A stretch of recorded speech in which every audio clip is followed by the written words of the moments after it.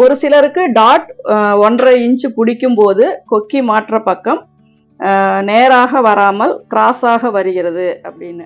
Round கழுத்து stitch பண்ணினதுக்கு அப்புறம் one side வந்துட்டு இழுத்த மாதிரி இருக்கு, அதாவது ரவுண்டு ஷேப் வந்து கரெக்டா வரல அப்படின்னு சொல்லியிருக்கீங்க. மார்பு சுற்றளவு 45 இன்ச்சு வருது.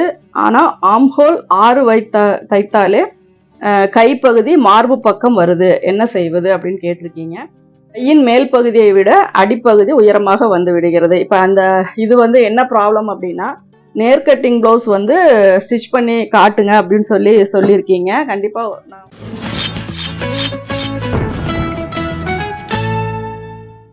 ஹாய் ஃப்ரெண்ட்ஸ், எல்லாருக்கும் வணக்கம். நம்ம இந்த வீடியோவில் பார்க்க போகிறதும் ஒரு சில டவுட்ஸ் தான். அதாவது உங்களுக்கு நீங்கள் கமெண்ட்ஸில் கேட்டிருக்க ஒரு சில டவுட்ஸ் தான். அதாவது மெயினான டவுட்ஸ் வந்து என்னென்னா, பர்டிகுலராக மெஷர்மெண்ட்ஸ் நீங்கள் கேட்குறதுக்கு வந்து அதுக்கு நான் வீடியோஸ் வந்து செப்பரேட்டாகவே கட்டிங் வீடியோ தான் போட முடியும். டவுட்ஸாக கேட்குற விஷயங்கள், அதாவது ஷோல்டரில், ஆர்ம் ஹோலில், ஃப்ரண்ட் போர்ஷனில், இந்த மாதிரியான இதில் வந்து என்னென்ன டவுட்ஸ் வருது அப்படிங்கிறத ஒரு சிலர் கேட்டிருக்கீங்க. நான் கொஞ்சம் ஸ்க்ரீன்ஷாட் எடுத்து வச்சுருக்கேன். இப்போ அதுக்கான டவுட்ஸ்னுடைய விளக்கங்கள் நான் உங்களுக்கு சொல்கிறேன். அதுக்கு முன்னாடி நம்ம சேனலை சப்ஸ்கிரைப் பண்ணாதவங்க சப்ஸ்கிரைப் பண்ணிக்கோங்க. பக்கத்தில் இருக்க பெல் சிம்பிளை ப்ரெஸ் பண்ணிங்கன்னா ஆல் அப்படிங்கிற ஒரு பட்டன் வரும், அது ஆன் பண்ணி வச்சுக்கோங்க. அப்போ தான் நான் வீடியோஸ் போடும்போது எல்லாமே உங்களுக்கு நோட்டிஃபிகேஷன் வரும். எந்த ஒரு டவுட்ஸாக இருந்தாலும் அந்த இதில் வந்து நான் விளக்கம் கொடுத்துருப்பேன். அதனால் அதை நீங்கள் ஆன் பண்ணி வச்சுக்கிட்டீங்கன்னா உங்களுக்கு வீடியோஸ் போடும்போது எல்லாமே உடனே நீங்கள் அதை பார்த்துக்கலாம். இப்போ வந்துட்டு நம்ம ஒரு சில டவுட்ஸ் வந்து கிளியர் பண்ணலாம். ஒரு சிலர் வந்து நிறைய பேர் வந்து நீங்கள் கேட்குற டவுட்ஸ் வந்து எனக்கு கொஞ்சம் புரியாத மாதிரி தான் இருக்குது. முடிஞ்சால் இன்னும் கொஞ்சம் நீங்கள் விளக்கமாக கொடுங்க. அப்படி இல்லாட்டின்னா அதில் இருக்க வாட்ஸ்அப்புக்கு நீங்கள் வாய்ஸ் மெசேஜாக அனுப்பிடுங்க. ஏன்னா அப்போ என்ன ஆகும்னா, ஒரு சில, அதாவது முக்கியமாக ஒரு சில விஷயங்கள் வந்து அதில் நான் இன்னும் கொஞ்சம் கிளியராக சொல்கிறதுக்கு உங்களுக்கு யூஸ்ஃபுல்லாக இருக்கும். ஒரு சிலருக்கு டாட் 1.5 இன்ச்சு பிடிக்கும் போது கொக்கி மாற்ற பக்கம் நேராக வராமல் கிராஸாக வருகிறது அப்படின்னு. கிராஸாக வர்றதுக்கு காரணம் வந்து சென்டர் டாட் கிடையாது. அதாவது டாட் வந்து 1.5 இன்ச்சு அந்த சென்டரில் பிடிக்கிற டாட் கிடையாது. நம்ம நடுவில் பிடிக்கிற டாட்னால தான் அந்த பக்கம் வந்து உங்களுக்கு கிராஸ் வரும். நான் இது லாஸ்ட் வீடியோவில் கூட நான் சொல்லியிருப்பேன். இப்படி வர டாட்டில் இதை சேர்த்து பிடிச்சிங்க அப்படின்னா மட்டும்தான் இது வந்து உங்களுக்கு இப்படி கிராஸாக போகுமே ஒழிய, இதை நீங்கள் எப்பவும் பிடிக்கும் போது இதில் எந்த ஒரு கிராஸுமே வராது. இது எந்த அளவுக்கு நீங்கள் இறக்குறீங்களோ அந்த அளவுக்கு தான் இந்த இடம் வந்து கிராஸ் வருமே ஒழிய, நீங்கள் வந்து இந்த டாட் பிடிக்கும் போது மட்டும்தான் இப்படி வரும். இந்த மாதிரி வரும்போது நம்ம ஓப்பன் பீஸ் வைக்கும் போது இந்த இடத்துல ஒரு ஃப்ளீட்ஸ் கொடுத்து நான் மடிக்க சொல்லியிருப்பேன். அதுவும் இல்லாமல் இந்த டாட்ஸை பொறுத்த வரைக்கும் நீங்கள் வந்துட்டு ரொம்ப அதிகமாக பிடிச்சிங்கன்னா என்னன்னா, நார்மலாக ஒரு ரொம்ப சிந்தட்டிக் சாரீஸ் எல்லாம் நீங்கள் போடும்போது இந்த கப் ஷேப்பை வந்து டிவைட் பண்ணி காட்டும். ரொம்ப இது வந்து உள்ளே போய், இது இப்படி ரொம்ப உள்ளே போய் இந்த இடம் வந்து இதாக காட்டும். இப்போ இதை கொஞ்சம் கம்மியாக பிடிச்சிங்கன்னா இது ரெண்டும் கொஞ்சம் நேராக காட்டும். அதாவது ரொம்ப எம்போஸ் பண்ணி காட்டாமல் கொஞ்சம் ஃப்ளாட்டாக காட்டுற மாதிரி இருக்கும். அதனால இந்த டாட்டை பொறுத்த வரைக்குமே ஷார்ப்பாக கப் ஷேப் கேட்குறவங்களுக்கு மட்டும் நீங்கள் கொஞ்சம் சேர்த்து பிடிச்சிங்கன்னா போதும். நார்மலாக பிடிக்கும் போது இந்த சென்டர் டாட்டும் சரி, இந்த ஆர்ம் ஹோல் டாட்டும் சரி, நீங்கள் லைட்டாக பிடிச்சிங்கன்னாவே போதும். அதே மாதிரி ஒரு சிலருக்கு இங்கே ரொம்ப சென்டரில் பிடிக்க வேண்டாம் அப்படின்னு சொல்லுவாங்க. அந்த மாதிரி இருக்கவங்களுக்கு கொஞ்சம் கிராஸ் பண்ணி பிடிச்சிக்கலாம். ஏன்னா ஒரு சிலர் சாரி போடும்போது இந்த டாட் மேல் பக்கமாக வந்துருது அப்படின்னு சொல்லி கம்ப்ளைண்ட் வரும். அப்போ என்ன பண்ணுன்னா, இதை சென்டர் பிடிக்காம இன்னும் கொஞ்சம் கீழே இறக்கி இந்த சைடு பிடிச்சிக்கோங்க. எப்படி பார்த்தாலும் நமக்கு இந்த டாட்டை சுற்றி வர மாதிரி தான் இருக்கணும். அதனால இந்த கிராஸ் வர்றதுக்கு ரீசன் வந்து இந்த டாட் காரணம் இல்லை, இது நீங்கள் எப்படி பிடிக்கிறீங்களோ அதை பொறுத்து தான் உங்களுக்கு அந்த டாட்ல வந்து வித்தியாசம் வரும். அதனால நீங்கள் நெக்ஸ்ட் பிளவுஸ் தைக்கும் போது அதில் என்ன இருக்கோ அதை வந்து கரெக்ட் பண்ணிட்டு பார்த்தீங்க அப்படின்னாவே இது ஓரளவுக்கு உங்களுக்கு நேராக வரும்.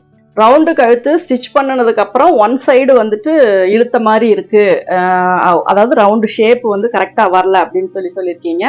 அதாவது ரவுண்டு ஷேப் அப்படின்னா நம்ம கட் பண்ணும்போது எப்படி கட் பண்ணுவோம், ஃபோல்டு பண்ணிட்டு அதுக்கப்புறம் அதை பாக்ஸ் போட்டு அதில் வந்து நம்ம கட் பண்ணுவோம். அப்போ கட்டிங்கில் வந்துட்டு நமக்கு எந்த ஒரு மிஸ்டேக்குமே வராது. Cutting portion okay.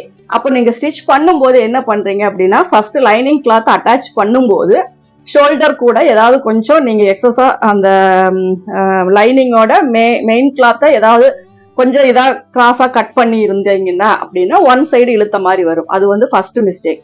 செகண்ட் வந்து நீங்கள் ஷோல்டர் பிடிக்கும் போது ரெண்டும் ஒரே அளவு பிடிச்சிருக்கீங்களா, வலது பக்கம் இடது பக்கம் ரெண்டு பக்கமும் ஷோல்டர் பிடிக்கும் போது அந்த 1/2 இன்ச்சு தான் கரெக்டாக பிடிச்சிருக்கீங்களா, இல்லை ஒன் சைடு கம்மியாகவும் ஒன் சைடு அதிகமாகவும் பிடிச்சிருக்கீங்களா அப்படிங்கிறத செக் பண்ணுங்க. அதுக்கப்புறம் இன்னொரு ப்ராப்ளம், பிளவுஸ் லூஸா இருந்துச்சு அப்படின்னா நம்ம சாரி பின் போடும்போது கொஞ்சம் கீழே இறங்கும். அப்ப என்ன ஆகும் அப்படின்னா கொஞ்சம் நமக்கு அந்த நெக்கினுடைய ஷேப் வந்து மாறும். அதே மாதிரி ரொம்ப டைட் ஃபிட்டிங்கா இருந்துச்சு அப்படின்னாலும் நமக்கு லெஃப்ட் வந்து ஈஸியா உள்ள வந்துடும். ரைட் சைடு பாத்தீங்கன்னா கரெக்டா ஃபிட் ஆகாம கொஞ்சம் இழுத்த மாதிரி வரும். அதாவது ரொம்ப டைட்டா இருந்தாலும் அந்த ப்ராப்ளம் வரும், ரொம்ப லூஸா இருந்தாலும் அந்த ப்ராப்ளம் வரும். இப்ப என்னன்னா ஷோல்டர் நீங்க பிடிக்கும் போதும் கரெக்டா பிடிக்கணும். அதே மாதிரி லூஸ், இப்போ ஒரு புதுசா ஒரு பிளவுஸ் நீங்க ஸ்டிச் பண்ணோன்னா போடுறீங்க அப்படின்னா அது கொஞ்சம் லூஸா தான் இருக்கும். ஏன்னா கொஞ்சம் லூஸா போட்டீங்க அப்படின்னா தான் வாஷ் பண்ணனதுக்கு அப்புறம் அது கரெக்டான ஃபிட்டிங் வரும். நீங்க ஃபர்ஸ்ட்லயே நல்லா டைட்டா ஃபிட்டிங்கா போட்டீங்கன்னா அதை வாஷ் பண்ணனதுக்கு அப்புறம் நீங்க போட்டீங்கன்னா ரொம்ப டைட்டா இருக்கும். அதனால நீங்க போடுற பிளவுஸ் வந்து உங்களுக்கு எப்படி இருக்கு, அதாவது ஒரு சிலருக்கு வந்து வலதுபுறம் வந்து மசில்ஸ் அதிகமா இருக்கும், ஒரு சிலருக்கு இடதுபுறம் வந்து மசில்ஸ் அதிகமா இருக்கும். அது அவங்களுடைய உடம்பு அமைப்பு. நான் நிறைய வீடியோஸ்ல சொல்லியிருப்பேன். கையுடைய சுற்றளவா இருக்கட்டும், ஆம்போலினுடைய சுற்றளவா இருக்கட்டும், ரெண்டு கைக்கும் ஒரே மாதிரி ஒரு சிலருக்கு வராது. அதாவது மேக்சிமம் பீப்புளுக்கு வராது. அதாவது ஒரு 30க்கு கீழே இருக்கவங்களுக்கு ஸ்லிம்மா இருக்க பாடி வரைக்கும் ஓகே. அதுக்கப்புறம் 30-35 போக போக நமக்கு அந்த மசில்ஸினுடைய அந்த எக்ஸ்பெண்ட் ஆகிற இது வந்து ஒரு சிலருக்கு குறையும், ஒரு சிலருக்கு அதிகமாகும். அந்த மாதிரி இருக்கும்போது என்னாகும் அப்படின்னா கையினுடைய அமைப்பு மாறும். அதே மாதிரி கையினுடைய பின்பக்கம் அந்த இடமும் வந்து மசில்ஸ் அதிகமாகும். ஏன்னா நம்ம பண்ற ஒர்க்கு, நம்ம என்ன வேலை பார்க்குறோம், என்ன இது பண்றோம் அப்படிங்கிறத பொறுத்து, நம்மளுடைய ஆக்டிவிட்டிஸை பொறுத்து நம்மளுடைய மசில்ஸ் வந்து அந்த இது வந்து மாறும். அப்போ ரொம்ப டைட்டா போட்டாலும் அந்த ஒன் சைடு நெக் இழுத்துட்டு தான் போகும், லூஸா போட்டாலும் இழுத்துட்டு தான் போகும். அதனால நீங்க போடும்போது ஷோல்டர் நல்லா மேல இழுத்து கரெக்டா போட்டீங்க அப்படின்னா நெக்கு கரெக்டா இருக்கும். நீங்க ஷோல்டர்லயோ இல்ல கட்டிங்லயோ இல்ல ஃபர்ஸ்ட் லைனிங் கிளாத் அட்டாச் பண்ணும்போது எந்த மிஸ்டேக்கும் நீங்க பண்ணல அப்படின்னா நம்ம பாடியில இருக்க அந்த இதுதான் காரணம். அப்ப நம்ம போடும்போது அதை கரெக்டான ஷேப்ல நல்லா இழுத்து போட்டீங்க அப்படின்னாவே உங்களுக்கு கரெக்டா இருக்கும். ரொம்ப டைட்டா இருக்கிற பக்கம் கொஞ்சம் லூஸ் கொடுத்துக்கோங்க, இல்ல லூஸா இருக்கு அப்படின்னா ஒன் சைடு கொஞ்சம் டைட் பண்ணிக்கோங்க. ஏன்னா ரெண்டு பக்கமும் ஒரே அளவு பிடிச்சோம் அப்படின்னா கூட அந்த மிஸ்டேக் வரும். அதை கூட நம்ம அட்ஜஸ்ட் பண்ணிக்கலாம். நீங்க நெக்ஸ்ட் டைம் பண்ணும்போது எதுல மிஸ்டேக் பண்றீங்க அப்படிங்கிறத நீங்க பாத்துக்கோங்க. மார்பு சுற்றளவு 45 இன்ச் வருது. ஆனா ஆம்ஹோல் 6 தைத்தாலே கைப்பகுதி மார்பு பக்கம் வருது, என்ன செய்வது அப்படின்னு கேட்டிருக்கீங்க. நீங்க வந்து ஷோல்டர் வந்து ரொம்ப க்ளோஸ், 6 அப்படிங்கும்போது ரொம்ப க்ளோஸா இருக்கு. ஏன்னா 45 வந்து செஸ்ட் ரவுண்ட் வருதுன்னா நீங்க அதை 8 டிவைட் பண்ணி பிரிக்கும் போது கிட்டத்தட்ட 6.5 இன்ச்சுக்கு மேலதான் வருது. அப்போ ஆம்ஹோல் என்ன பண்ணணும், ஷோல்டர் வந்து 6.5 இன்ச்சு வச்சீங்க அப்படின்னா உயரம் வந்து 7 இன்ச்சு வைக்கணும். 7 இன்ச்சு வச்சு அதுல நீங்க ரவுண்ட் மார்க் பண்ணும்போது கம்பல்சரி அது உள்ள தள்ளி வராது. ஏன்னா கரெக்டான சீட்டிங் ஆச்சு அப்படின்னாவே ஆட்டோமேட்டிக்கா அந்த பிளவுஸனுடைய பொசிஷன் நம்ம எப்படி போடுறோமோ, ஏன்னா நமக்கு அளவு எடுத்து தைக்கும் போது நம்ம எங்க அளவு எடுத்திருக்கோமோ அந்த இடத்துலதான் அது சீட்டிங் ஆகும். அப்ப நீங்க வச்சிருக்க ஷோல்டர் அளவு தப்பு அப்படின்னா அது உள்ள தள்ளி தான் வரும், செஸ்ட் பக்கம் இழுத்துட்டு தான் வரும். அதனால கரெக்டான அந்த ஷோல்டர் அளவு நீங்க கால்குலேட் நல்லா பண்ணிட்டு, அதாவது நம்ம டைரக்டா பாடி மெஷர்மெண்ட் எடுக்கும் போது அதை 8 பிரிச்சு 1 இன்ச்சு சேர்த்திக்கோங்கன்னு சொல்லியிருக்கேன். அது கூட 1/2 இன்ச்சு சேர்த்து நீங்க ஆம்ஹோலினுடைய உயரம் வச்சுக்கோங்க. அந்த ஆம்ஹோல் உயரத்தை நீங்க 1/2 மெஷர் பண்ணும்போது, ஆம்ஹோல் ரவுண்ட மெஷர் பண்ணும்போது உங்களுக்கு அந்த இதுல பாத்தீங்க அப்படின்னா ஒரு 7.75 8 அப்படி வருது அப்படின்னா அந்த அளவு கரெக்டா இருக்கா அப்படிங்கறதையும் செக் பண்ணிக்கோங்க. நீங்க ஆம்ஹோல் எடுக்கும் போது உள்பக்கமா எடுங்க, வெளியில எடுத்து அந்த சுற்றளவு வச்சீங்க அப்படின்னாலும் கை வந்து ஷோல்டர் பகுதி கரெக்டா சீட்டிங் ஆகாது. அதனால நீங்க பாடி மெஷர்மெண்ட், அதாவது அளவு பிளவுஸ்ல எடுத்தீங்கன்னா 4 இன்ச்சு மைனஸ் பண்ணிக்கோங்க. பாடியில எடுத்தீங்க அப்படின்னா அதை அப்படியே வச்சு 8 பிரிச்சு 1 இன்ச்சு சேர்த்து நீங்க வச்சு பாருங்க. அப்போ வந்து கரெக்டா வரும். ஏன்னா மிஸ்டேக் வந்து ஒரு பிளவுஸ் தைச்ச உடனே உங்களுக்கு அதுல வச்சு நம்மளுக்கு அது தப்பா வருது அப்படின்னு நீங்க பண்ண வேண்டாம். நீங்க அடுத்த பிளவுஸ்ல அந்த சின்ன சேஞ்சஸ் பண்ணிட்டு நீங்க ஸ்டிச் பண்ணி பாத்தீங்க அப்படின்னாவே உங்களுக்கு அதுல என்ன டிஃபரன்ஸ் அப்படிங்கிறது உங்களுக்கு தெரியும். கையின் மேல் பகுதியை விட அடிப்பகுதி உயரமாக வந்து விடுகிறது. இப்ப அந்த இது வந்து என்ன ப்ராப்ளம் அப்படின்னா, நீங்க ஸ்லீவ் வந்து மார்க் பண்றதுலதான் மிஸ்டேக் இருக்கு. நம்ம ஏற்கனவே நான் சொல்லியிருக்கேன், மேக்சிமம் ஒரு ஷோல்டர் வந்து இப்படி மார்க் பண்ணி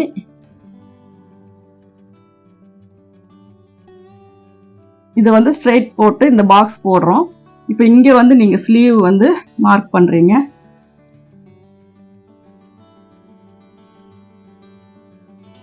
இங்கிருந்து இங்க வைக்கிற அளவும் இங்கிருந்து வைக்கிற அளவும் கிட்டத்தட்ட ஒரே அளவா வரணும். மேக்சிமம் இப்ப இதுல ஒரு 3.5 இன்ச்சு வருதுன்னா இங்கேயும் 3.5 இன்ச்சு வைங்க.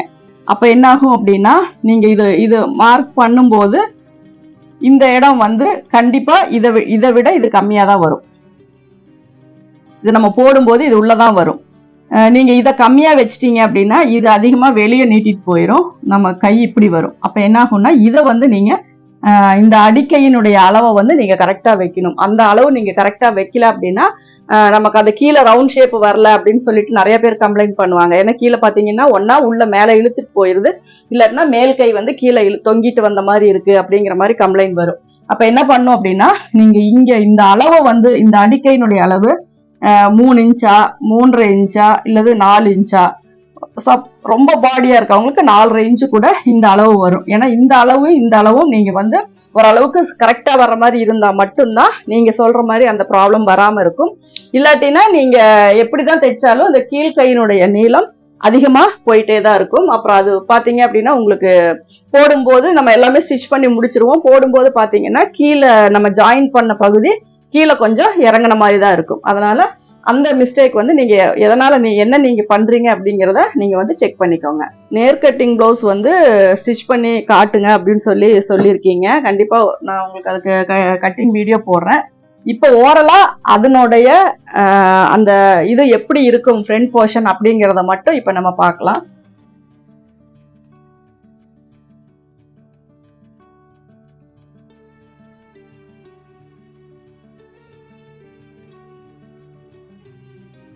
இப்போ இது பாத்தீங்கன்னா கிராஸ் கட்டிங். இப்போ இது பாத்தீங்கன்னாவே நல்லா வித்தியாசம் தெரியும். முன்பக்க உயரம் அதிகமா இருக்கு, இந்த டாட்டினுடைய அளவு இது குறைவா இருக்கும். இந்த இடம் இந்த ஆர்ம் ஹோல் இந்த ஷோல்டர் எல்லாம் பாத்தீங்கன்னா இது வந்து தின்னா வரும், இது கொஞ்சம் வைடா வரும். இது அதே மாதிரி நெக்கு பாத்தீங்கன்னா இது கொஞ்சம் இப்படி க்ளோஸா தான் வரும், இது நல்லா டீப்பா இப்படி வரும். இப்போ மெயினா இதுல என்ன இதுன்னா இந்த ஷேப் வந்து இதுல வராது, இதுல கொஞ்சம் ஸ்லாண்டிங்கா தான் வரும். இது நல்லாவே இப்படி பட்டி போட்டீங்கன்னா இந்த மாதிரி வரும். இதுக்கு போடும்போது நார்மலான இதுதான் வரும். இந்த இடம் இந்த டாட் எல்லாமே இப்படி டிஸ்டன்ஸ்ல இருக்கும், இது எல்லாமே இப்படி க்ளோஸா இருக்கும். இப்ப இதுல என்ன நீங்க பண்றீங்க மிஸ்டேக் அப்படின்னா முன்பக்க உயரம் அதிகமா வைக்கணும். ஃபர்ஸ்ட் பிளவுஸ் கிளாத்தை வந்து ஸ்ட்ரைட் வைஸ்ல போட்டுக்கோங்க, இது வந்து கிராஸ் வைஸ்ல இருக்கும்.